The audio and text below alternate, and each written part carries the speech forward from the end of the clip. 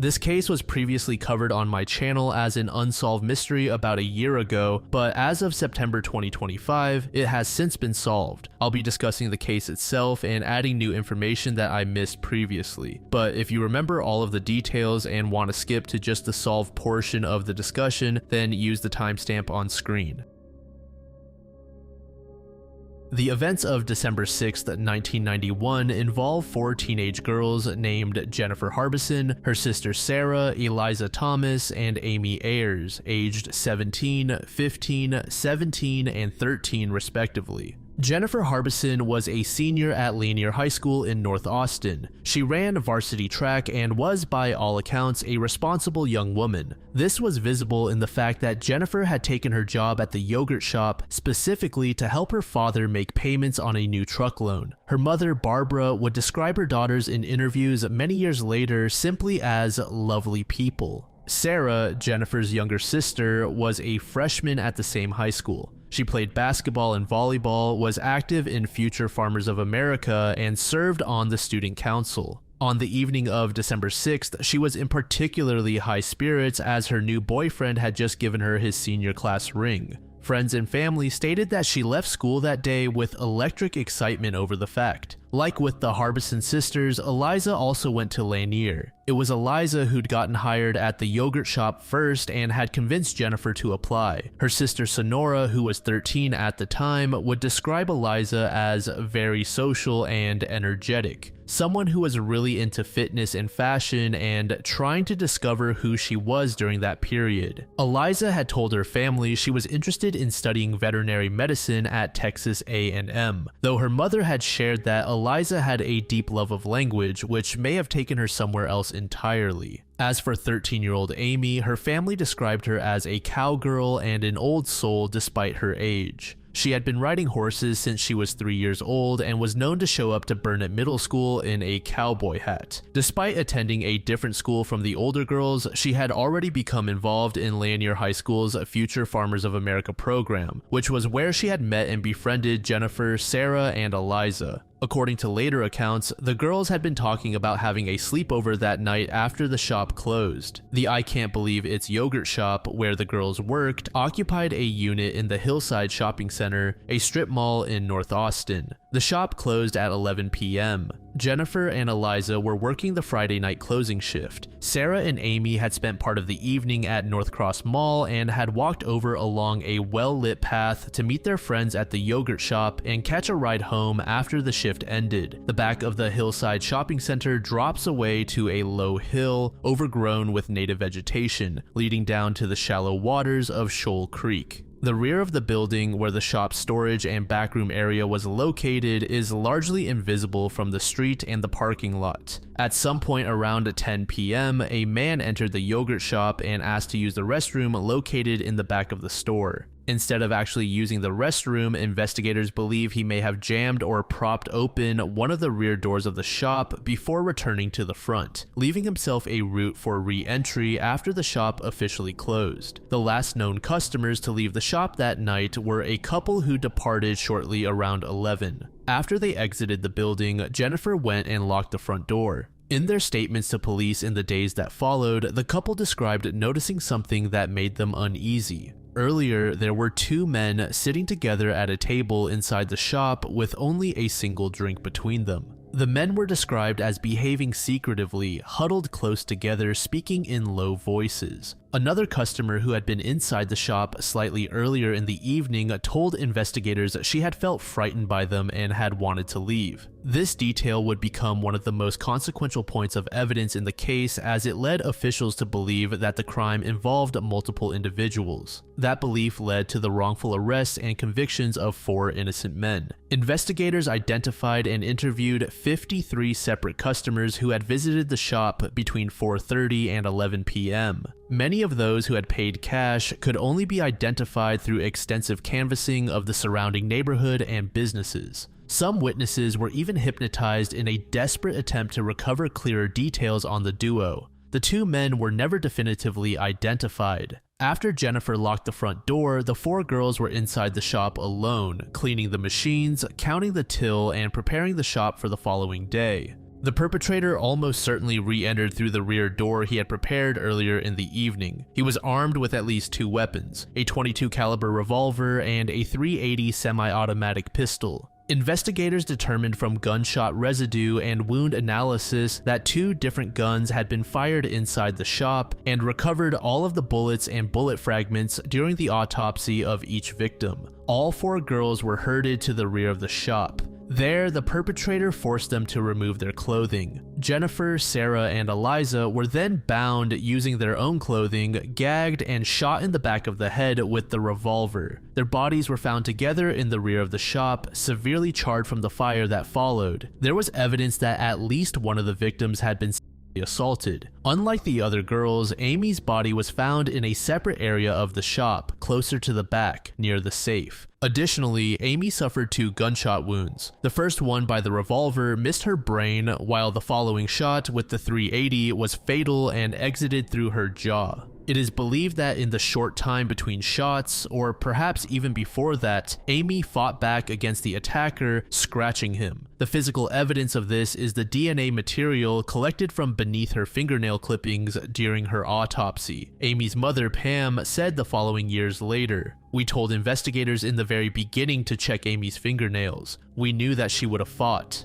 Amy also sustained burns differently from the other 3 girls. She had received a 2nd degree and what the medical examiner described as very early 3rd degree burns over approximately 25 to 30% of her body. These were serious injuries, but she had not been as completely engulfed in the fire as Jennifer, Sarah, and Eliza, whose bodies were found severely charred. After the murders, the perpetrator set the shop on fire. Paper plates, cups, and cardboard were soaked in lighter fluid before being ignited. Shortly before midnight, Patrol Officer Troy Gay spotted smoke rising from the strip mall on West Anderson Lane and radioed in what he initially took to be a fire call. Detective John Jones, who arrived on scene within minutes of being dispatched, later described how the fire had been hot enough to melt the upper rungs of a heavy aluminum ladder that was hanging in the rear of the business. Fingerprints on every surface were obliterated by smoke, soot, and water saturation. Fibers and trace evidence were consumed or washed away after firefighters eliminated the blaze. Whatever biological material the perpetrator may have deposited on surfaces other than the victims' bodies was gone. By the time investigators processed the scene, there was almost nothing left to work with. Detective Jones was quoted saying, "It was all muted grays and blacks. There was no color in there with the exception of the girls." The one piece of physical evidence of substance that survived was the single spent shell casing from the culprit.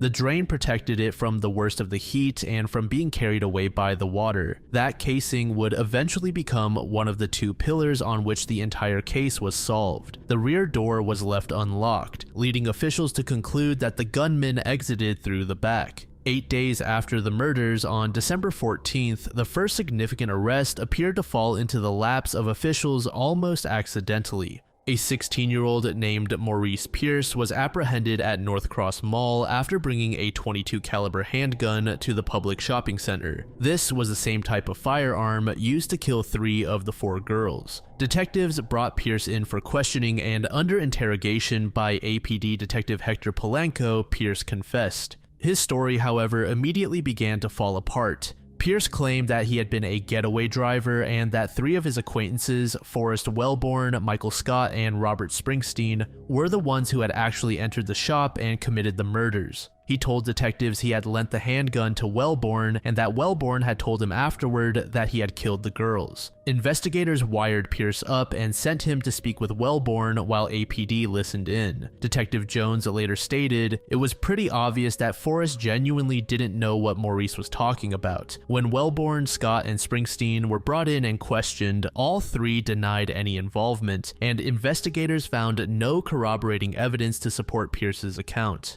The following morning, Detective Jones himself sat down with Pierce for a second interview and concluded that Pierce's confession did not match the details of the crime scene. Ballistics analysis on the handgun taken from Pierce when he was arrested at the mall delivered an inconclusive result. Investigators could not prove the gun had been used in the murders, but they could not definitively rule it out either. Without sufficient evidence to hold any of the 4 young men, they were all released. They would remain at the periphery of the investigation for the next 8 years. With leads drying up, investigators began entertaining more bizarre theories. 2 months after the murders, investigators became aware of a subculture of Austin residents described internally as people in black. This was a term detectives used to refer to a community associated with the occult and fringe spiritual practices. Tips came in that members of this group had been talking about the yogurt shop murders in ways that seemed suspicious. One woman's name in particular kept surfacing in connection with those tips. The task force executed a raid on her home, hoping to find something meaningful, but all they found were theatrical props and animal bones. Another intriguing lead that came potentially tied the case to Mexico. Several weeks before the murders, a young woman in Austin had been kidnapped and assaulted by a group of men. Police gathered information and released it to the public along with some suspect sketches. When investigators working the yogurt shop case produced their own composite sketch of a suspect, it was noticed that the two were strikingly similar. The individual in the yogurt shop sketch was said to have been seen sitting in a car outside the shop on the night of the murders. A tip then came in that the men wanted in the kidnapping and assault case had fled to Mexico. 2 of them were caught and arrested by Mexican authorities. One of the arrested men bore a notable physical resemblance to the person of interest sketched from the yogurt shop sighting. Detective Jones and his team traveled to Mexico to interview the men. But before Jones could conduct a thorough interview under his own protocols, Mexican authorities announced publicly that the men had confessed to the yogurt shop murders and that they would be tried for the crime in Mexico. It was later stated that multiple details in the confessions didn't match the crime scene. Even the caliber of firearms they claimed to have used was wrong.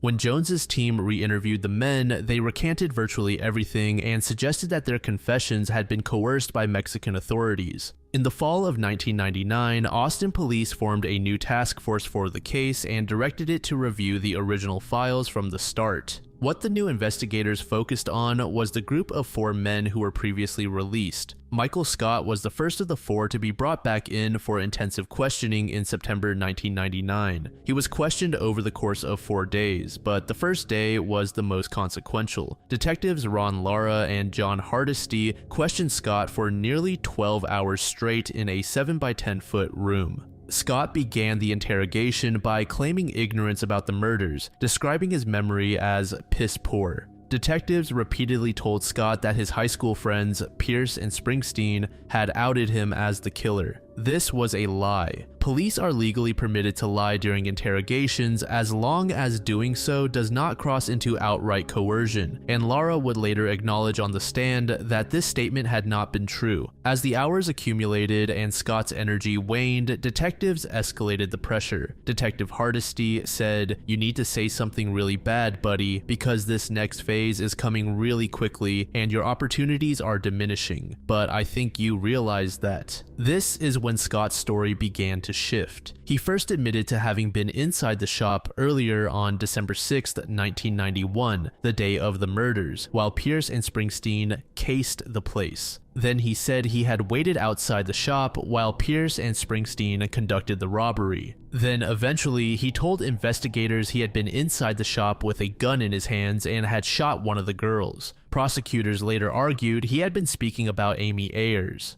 At one point deep into the interrogation, Scott called his wife Janine from the cramped room with the camera still rolling, capturing his side of the conversation. This is when he said, "Dear, I know more about this case than I thought I knew." Scott also attempted to invoke his constitutional right to counsel during the interrogation, telling detectives at one point that he thought he might need a lawyer. The detectives testified at trial that they had interpreted this not as an invocation of the right, but merely as Scott entertaining the thought. This distinction would be legally contested for years, but ultimately they continued the interrogation. The interrogation's most shocking moment came when Detective Robert Merrill entered the room carrying a revolver and stood behind the seated Scott. Merrill testified that this was a role-playing exercise designed to help Scott access his memories of the crime. In the video footage, Merrill walks around Scott and appears to jab him in the head with what looks like the barrel of the gun. He insisted it was his finger and not the gun, but the footage would say otherwise. One defense attorney was quoted as saying, "I frankly couldn't believe it. They terrorized him and he was afraid to say no." Scott eventually confessed, but almost immediately recanted it. Robert Springsteen was questioned next. He had already been through the process in 1991 with Detective Jones and was released. 8 years later, he was subjected to a new round of intensive questioning with the goal of imposing sustained pressure to exhaust the suspect. Springsteen's questioning lasted approximately 5 hours on a single day and was videotaped. By the end, he too had confessed and in his case went further than Scott had. In the most disturbing portion of the Springsteen interrogation, a detective can be heard on tape demanding specific details in regards to the assault of one of the victims. They said, "You effing know, you effing just say it." And Springsteen, voice flat and exhausted, complied. He told the detective he had shot one girl and assaulted her. He later explained when interviewed in 2009 after his release exactly what had happened inside that room. He said, "I was berated and berated and berated by the police officers. Until they obtained what it was they wanted to hear, they were not going to allow me to leave, and they broke me down." In that same interview, when asked if he had anything to do with the crimes, Springsteen said that he did not. Shortly after making it out of the interrogation, he too recanted his confession. Fast forward to October 1999, all 4 men, Pierce, Wellborn, Scott, and Springsteen, were formally arrested and charged with capital murder. The announcement was met with citywide relief, but the cases against 2 of the 4 men fell apart before trial. Grand juries reviewed the evidence against Forrest Wellborn twice and refused to indict him on both occasions. 2 separate juries found the evidence insufficient to bring charges. The charges against Maurice Pierce were separately dropped for a lack of evidence. Both men were released, their legal exposure resolved, but the damage to their reputations and lives was already done. That left Michael Scott and Robert Springsteen. With only their confessions and nothing else tying them to the crime, prosecutors moved toward trial. Springsteen's trial lasted 3 weeks. The jury deliberated for 13 hours before returning a verdict of guilty. He was sentenced to death, was placed on death row, and spent a significant portion of the following years in solitary confinement with 1 hour of out-of-cell time per day. Scott's trial followed in 2002. He too was convicted of capital murder. He received a sentence of life in prison without the possibility of parole. The victims' families, exhausted and grief-stricken after a decade of waiting, believed justice had finally arrived. Barbara, mother of Jennifer and Sarah, said, "These young men have been implicated and they have confessed, and they can withdraw it, but the truth is they actually were there and they actually did the murders." Little did she know that she was wrong. In the year 2004, a shocking turn of events occurred regarding Springsteen and Scott. Each man had been convicted in part through the use of the other's confession. These statements were made in private interrogations, not subject to cross-examination at trial. In a 5-4 decision, the Texas Court of Criminal Appeals ruled that Michael Scott's constitutional rights had been violated and ordered him a new trial. Springsteen received the same relief on the same grounds. As details of the interrogations became public during the trial proceedings, a broader pattern of misconduct began to emerge that went beyond Scott and Springsteen's specific cases. Detective Hector Polanco, the same detective who had extracted Maurice Pierce's original confession in December 1991, came under scrutiny when it was revealed that in March 1992, he had coerced a false confession from another man named Alex Brioni in an unrelated case.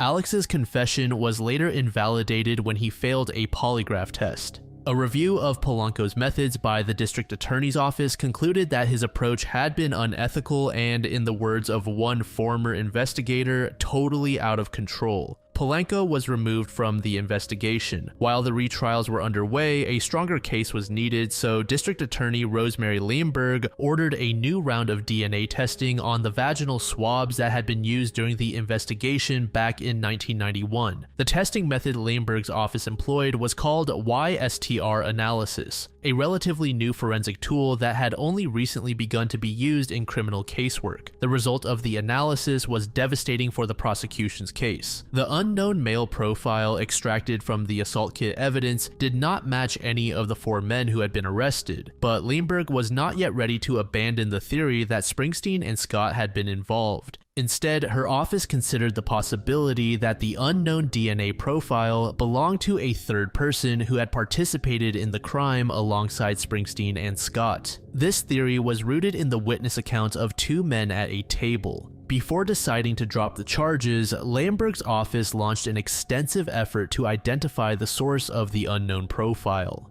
Over the next several months, the Austin Police Department and the DA's office worked through a systematic process of elimination, testing anyone who could plausibly have come into contact with the victims' bodies in a way that might have introduced foreign DNA into the evidence. In total, more than 100 men were tested as potential sources of the unknown profile. Every single one of them was excluded and did not match. In 2009, facing a DNA profile that contradicted the only evidence she had, the confessions, Leimberg made the decision to drop all charges against Springsteen and Scott. After nearly a decade behind bars, both men were released. While investigators now had to re-examine the case to find the true culprit, they had significantly stronger technological capabilities by their side. In 2017, an Austin police investigator made a decision that seemed at first to be the breakthrough the case had been waiting for. Working independently of any formal CODIS submission, the investigator searched a public online DNA database used for population genetics research and academic studies.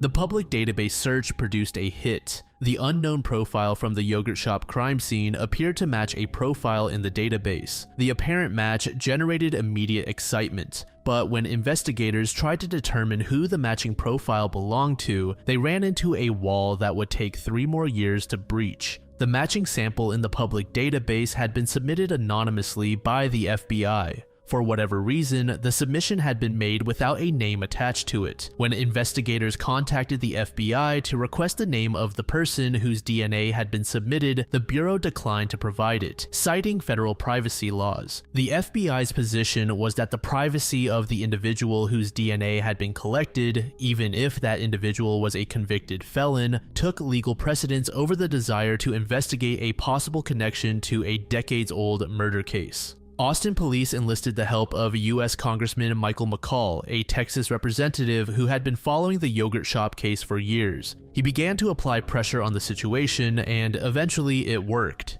In early 2020, the FBI agreed to a compromise. Rather than simply releasing the name of the individual whose DNA had been submitted, the Bureau would work collaboratively with the Austin Police Department to conduct further testing on the yogurt shop's DNA profile. The goal was to expand the profile's marker count and run a more definitive comparison against the FBI's sample under controlled conditions. The additional testing produced meaningful results in terms of the profile itself, but it was the wrong kind of advancement for the investigation, because when the newly expanded 25 marker profile was compared against the FBI's anonymous sample, something unexpected happened. The profiles no longer matched. This was a disappointing setback during a moment when the case seemed to be on the brink of being solved. Yet again, the case would die down for several more years. In June 2025, Detective Daniel Jackson determined that the .380 shell casing recovered from the floor drain had not been submitted to the National Integrated Ballistic Information Network in many years, and that their software had significantly improved. When the casing was resubmitted in July 2025, it produced a ballistic hit. This connected it to a 1998 unsolved murder in Lexington, Kentucky, involving a woman found shot inside a burning building. These circumstances were strikingly similar to the yogurt shop murders.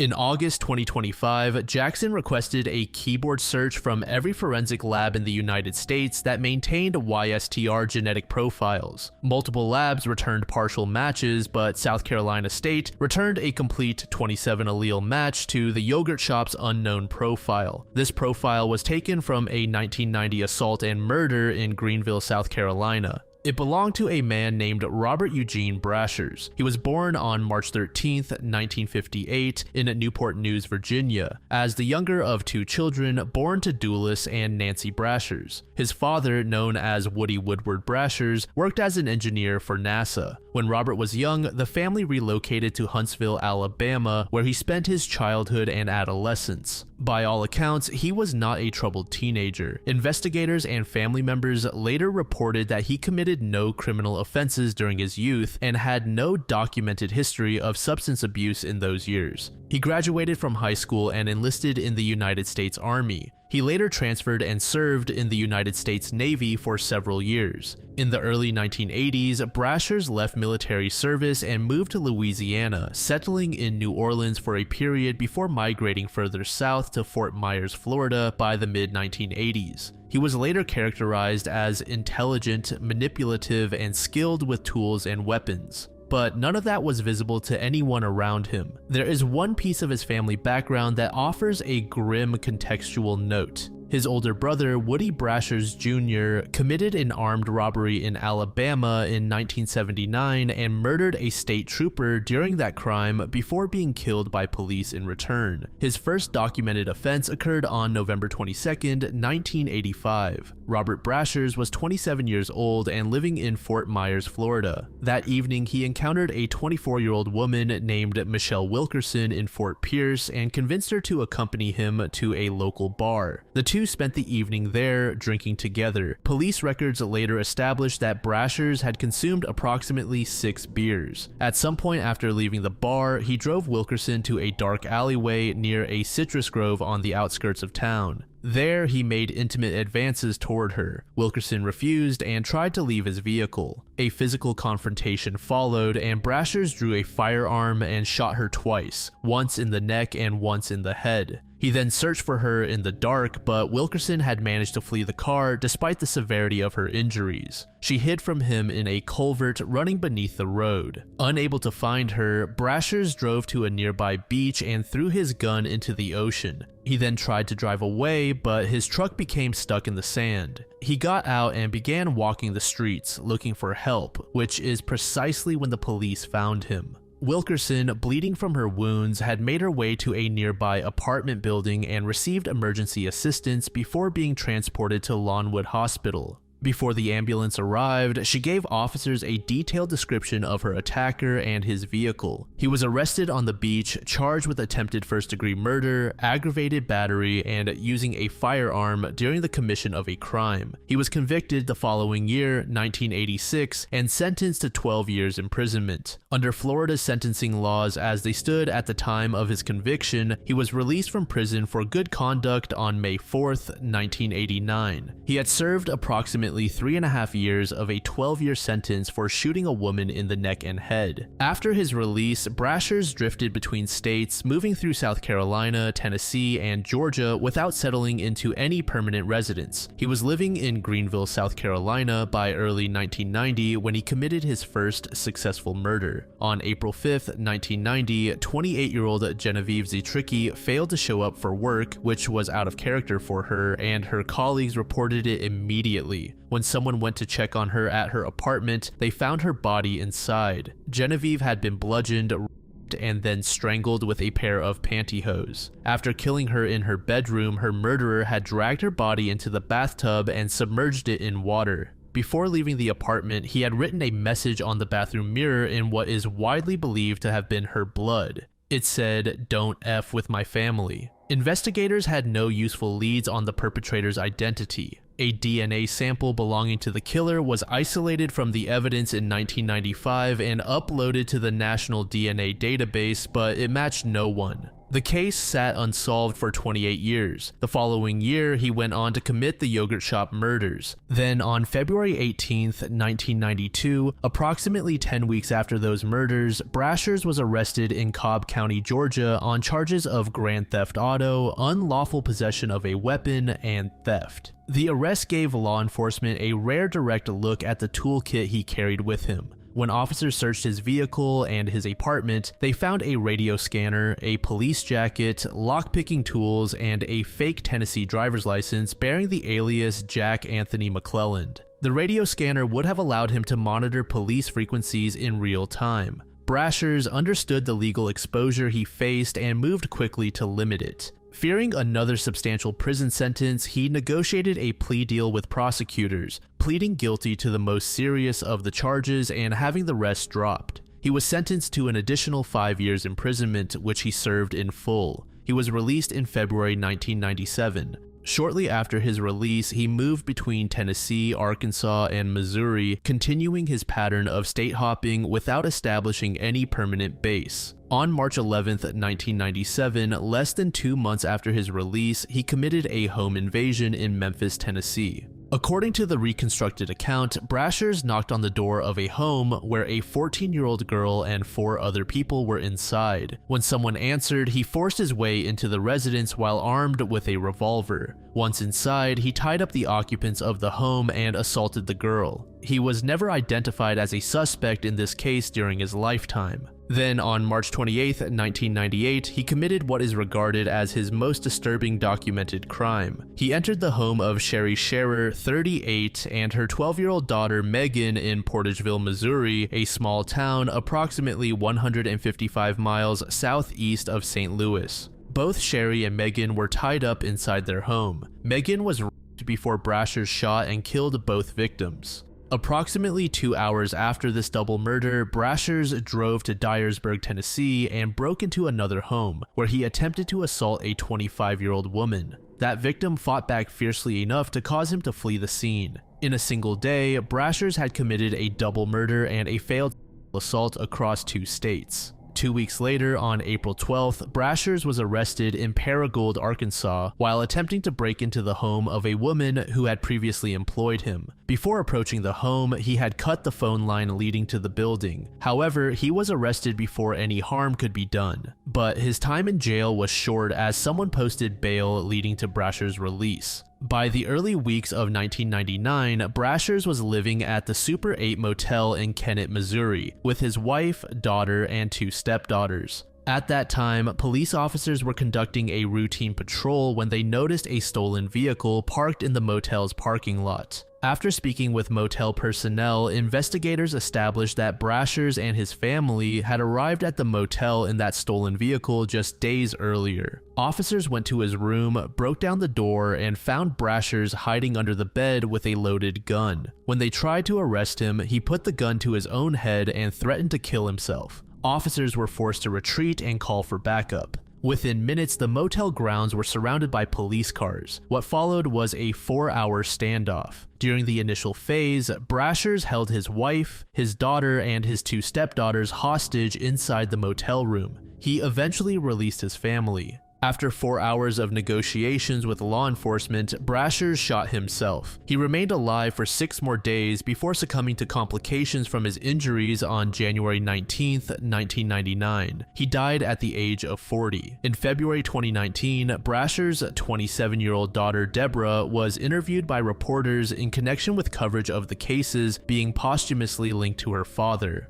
Her account offered a disturbing window into what Brashers was like as a person in normal everyday life. Deborah said she first met her father in early 1997 after he was released from the Georgia prison sentence. For the following 2 years until his death, he lived with her, her mother Dorothy, and her half-sisters. She described him as sometimes aggressive toward the family during this period. In one incident, he fought with her stepfather and gave him a head injury using a drill. Perhaps the most revealing detail she shared was that at some point during the period he lived with them, Brashers made a tape recording of himself making small cuts on his neck and arm with a saw to test whether he could withstand the pain. She also told reporters that his behavior had become markedly more erratic and disturbed around April 1998 after the Scherer murders. His job at a construction firm led him to be absent from home for weeks at a time during this period. Deborah said she believed her mother, Dorothy, had known more about her father's past activities than she ever admitted, noting that Dorothy had instructed family members to call Brashers by a different name and to keep him inside the house. On September 29, 2025, Police Chief Lisa Davis held a press conference attended by the victims' families and formally announced the revelation. With the real killer identified, District Attorney Jose Garza filed a motion in late 2025 to formally clear the names of all 4 wrongly accused men.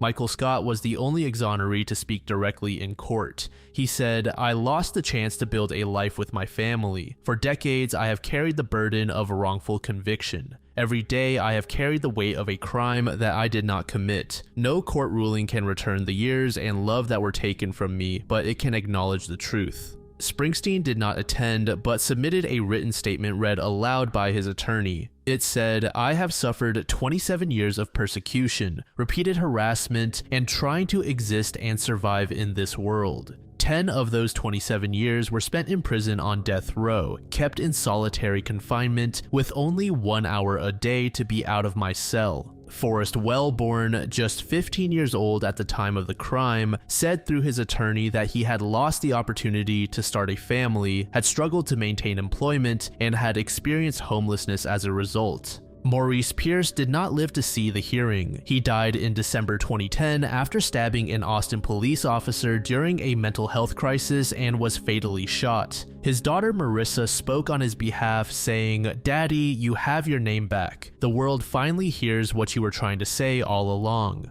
Assistant District Attorney Trudy Strasburger said the following in regard to their admission of wrongdoing.